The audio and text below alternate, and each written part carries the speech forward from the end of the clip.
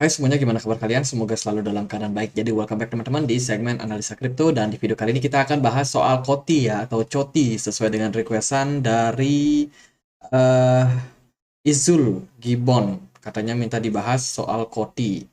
Jadi COTI hari ini diperdagangkan di kisaran Rp816. Market agak sedikit turun di perdagangan hari ini.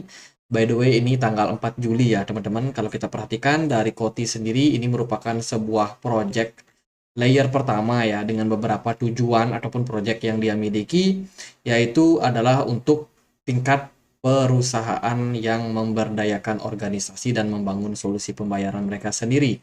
Jadi maksudnya gimana nih? Kalau teman-teman mampir ke Twitter yang mereka punya, teman-teman di sini ada tulisan ya, basis layer pertama, spesialisasi desain untuk enterprise, atau ya diciptakan spesial itu untuk enterprise atau untuk badan usaha gitu ya. Jadi untuk entrepreneur, perusahaan atau badan usaha. Jadi tujuan dari blockchain ini sebenarnya adalah untuk yang namanya perluasan atau ke ekspansi yang bisa dilakukan oleh badan usaha terutama dalam bidang teknologi. Kalau teman-teman mampir langsung ke website resminya koti.io, di sini teman-teman bisa menemukan informasinya ya. Jadi dia fungsinya adalah yang pertama enterprise token, yang mana menjadi independen pembayaran and loyalty network ya, yang diciptakan memang untuk badan usaha. Kemudian mereka juga untuk consumer merchant payment, jadi untuk pembayaran ya, pembayaran misalkan apa, perusahaan-perusahaan ya, tergantung mitra perusahaan mereka itu apa. Kemudian mereka juga bisa dicombine dengan pembuatan CBDC atau Central Bank Digital Currency yang bisa dilakukan bersama dengan institusi ataupun sebuah badan negara. Jadi kurang lebih itu. Project terbesar yang mereka bangun kemarin itu mereka join sama Cardano bikin stablecoin yang namanya DJET. Ya, jadi ya ini adalah spesialisasinya memang dia untuk perusahaan lah teman-teman. Jadi itu yang bisa teman-teman temukan dari Koti. Kalau kita perhatikan dari segi supply, Koti ini ada di kisaran 2 miliar koin, sementara yang terilis baru 1,2 miliar saja. Itu artinya sekitar ada 800 juta yang masih bisa di-create buat ke depannya. So, tentunya ini membutuhkan yang namanya adopsi yang lebih besar daripada project yang dimiliki oleh Koti ini ya, sehingga nanti kalau supply-nya ditambah, ya kita berharap harganya bisa tetap konsisten, harganya bisa tetap bertahan, teman-teman. Itu dari Koti. Kalau kita perhatikan sih dari segi news itu nggak terlalu banyak ya. Koti ini salah satu yang menurut saya project yang sangat mau mendengarkan masukan daripada apa namanya, komunitas teman-teman. We are Koti always here listening to your feedback and taking it into consideration. Jadi mereka cukup engage kalau menurut saya. Jadi cukup dekat sama komunitas mereka. Teman-teman, viewersnya selalu banyak, dan juga proyek-proyek yang dilakukan Koti ini mendapatkan antusiasme yang cukup besar. Jadi menurut saya ini salah satu perusahaan blockchain teman-teman yang sangat-sangat punya planning ke depannya untuk ya menyenangkan community mereka dengan menghadirkan tentunya proyek-proyek yang bagus ya. Jadi itu sih, sementara kalau untuk upgrading atau news apa kerjasama sama ini itu belum ada terlalu banyak ya. Untuk Koti ini masih tetap gitu-gitu. Ya kita akan lihat dari price actionnya kali ya teman-teman. Untuk harganya sih Koti so far dia masih lumayan, kemarin sempat drop.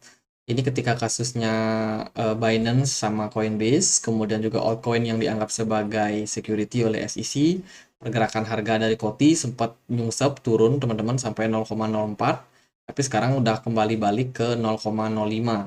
Di sini udah mulai terjadi fase pemulihan ya teman-teman. Kalau kita perhatikan dari segi pergerakannya itu aku sempat agak kaget juga nih. Kenapa? Karena Courtney ternyata membuat all time low baru di waktu Juni kemarin, tanggal 13 Juni itu ketika crash, Courtney justru membuat all time low yang mana level tersebut itu merupakan level yang di bawah daripada FTX kemarin. Dan di situ aku agak kayak, waduh ini Courtney kenapa nih? Kenapa bisa anjlok? Teman-teman, kalau kita perhatikan sih memang selling pressure yang sangat tinggi ya terjadi waktu itu dan membuat harga Courtney nyungsep. Tapi so far sekarang udah mulai recover. Cuman apa yang terjadi teman-teman, recovery yang terjadi itu tidak ditunjang sama volume perdagangan yang tinggi. Di sini saya merasa kayak oke, ini memang naik tapi kita masih belum aman nih teman-teman. Even dia sudah berhasil untuk menembus level 0,05 yang menjadi level support kuat menurut saya saat ini ya. Dia udah berhasil menembus itu dan ya semoga ekspektasinya sih harganya masih bisa dijaga di harga-harga sekarang. Koti ini berarti kalau kita ukur teman-teman dari all time high ke all time low kemarin waktu bear market kemarin, kita bisa cek di sini ya. Kita bisa tarik dari sini ke sini. Koti ini turun sekitar 94 persenan. Jadi lumayan dalam dan ya sekarang prosesnya ini sedang mencoba buat recover. Ada beberapa level support yang mungkin bisa kita perhatikan untuk posisi-posisi saat ini. Yang pertama, supportnya itu ada di 0,05. Tadi kita udah bahas. Ini merupakan level support yang cukup strong buat Koti ya. Selama dia masih bisa mempertahankan area tersebut, saya rasa support ini masih akan tetap bisa menjaga pergerakan Koti. Tapi kalau seperti kemarin ada FUD dan lain sebagainya, itu merupakan sentimen yang kurang begitu bagus. Untuk target, sekarang Koti harusnya bisa kembali recover naik sampai kisaran 0,06 dolar teman-teman di sini. Merupakan target yang menurut saya cukup ideal untuk dicapai Koti dalam jangka waktu pendek. Semoga sih memang marketnya cukup bagus ya. Kalau kita perhatikan dari Bitcoin, menurut saya pergerakan Bitcoin sangat bagus dan posisinya juga masih dalam posisi resistance. Ini Bitcoin cenderung masih dalam posisi sideways dalam beberapa waktu dan beberapa altcoin dapat momentum untuk naik. Contohnya ya GRT kemarin naik lumayan. Kemudian sebelum-sebelumnya ada BCH yang udah naik tinggi, LTC juga naik. Koti belum dapat momentum bullish seperti koin-koin yang lain itu teman-teman. Sementara sih pergerakannya masih cenderung kayak terhambat gitu. Mungkin sih karena sentimennya dia dari news itu nggak terlalu banyak ya. Padahal Koti ini sebenarnya yang pakai banyak loh, governance yang pakai banyak dan juga dari segi transaksi yang kita bisa lihat dari mainnetnya juga masih cenderung banyak. Jadi bisa dibilang adopsi penggunaannya cenderung banyak. Tapi mungkin memang sentimen yang bikin harganya naik itu yang masih belum banyak ya teman-teman. Ya kita harapkan nanti bisa ada news yang bagus. Overall pergerakan Koti masih dalam posisi downtrend. Dia masih belum menembus level apa namanya trend line di sini teman-teman. Ini kita coba tarik trend line ya untuk melihat apakah Koti ini dalam posisi down atau gimana. Dan ternyata dia masih dalam posisi down. Jadi dalam posisi sekarang agaknya kita masih harus bersabar dulu dalam posisi ini teman-teman. Karena kalau Koti masih berada di bawah level seperti ini atau masih dalam posisi downtrend, kita mungkin akan melihat selling pressure masih cukup tinggi. Untuk level pentingnya sih dia harusnya bisa menembus 0,06. Ketika Koti sudah berhasil menembus area di sini, mungkin dia bisa naik ke sini ya. Nah, setelah itu baru dia bisa dibilang dalam posisi yang udah memasuki atau yang sudah keluar dari yang namanya fase bearish dan memasuki fase bullish. Di sanalah kita mungkin akan cukup melihat banyak pergerakan yang cukup liar terhadap Koti, terutama soal kenaikan harga. Tapi untuk sekarang, saya rasa masih akan cenderung bergerak terbatas. Lalu kalau kita lihat dari time frame yang lebih kecil, di time frame 4 jam sendiri, pergerakan Koti juga masih menguat secara terbatas dengan volume yang nggak terlalu gede. Cuman dari smart money memang ada pergerakan teman-teman. Jadi dalam range waktu 22 Juni sampai hari ini itu memang ada pergerakan smart money yang memang membantu pergerakan Koti tetap menguat. Cuman apa yang terlihat itu juga masih butuh lebih banyak volume teman-teman. Volume menurut saya menjadi indikator penting ya untuk sekarang. Jadi overall gimana pergerakan dari Koti? Kalau saya sih melihat masih akan uptrend teman-teman. Mungkin ada sedikit koreksi yang bisa terjadi. Jadi ya siap-siap aja. Kalau view saya terhadap Koti masih bakalan menarik untuk kita melihat apakah dia memang benar-benar uptrend.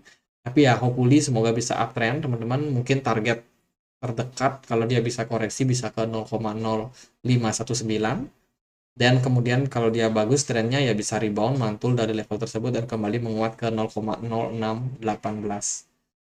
Itu sih buat jangka pendek Koti dan kalau teman-teman memang ada yang beli, ada yang sementara hold, mungkin ada opsi untuk di staking, teman-teman bisa staking aja, coba cari beberapa exchange yang menarik seperti Binance, KuCoin, Kraken apakah di sana bisa di staking teman-teman, karena likuidasi dari Kotti menurut saya udah cukup besar ya, karena dia listing di exchange yang besar pula.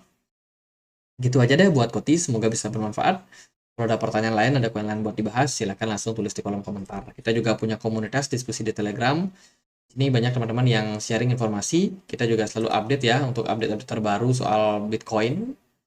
Jadi buat teman-teman yang mungkin punya Telegram, silakan untuk cek link yang ada di kolom deskripsi dan join di komunitas kami. Gitu aja. Semoga bisa bermanfaat, dan akhir kata saya Andre. Makasih.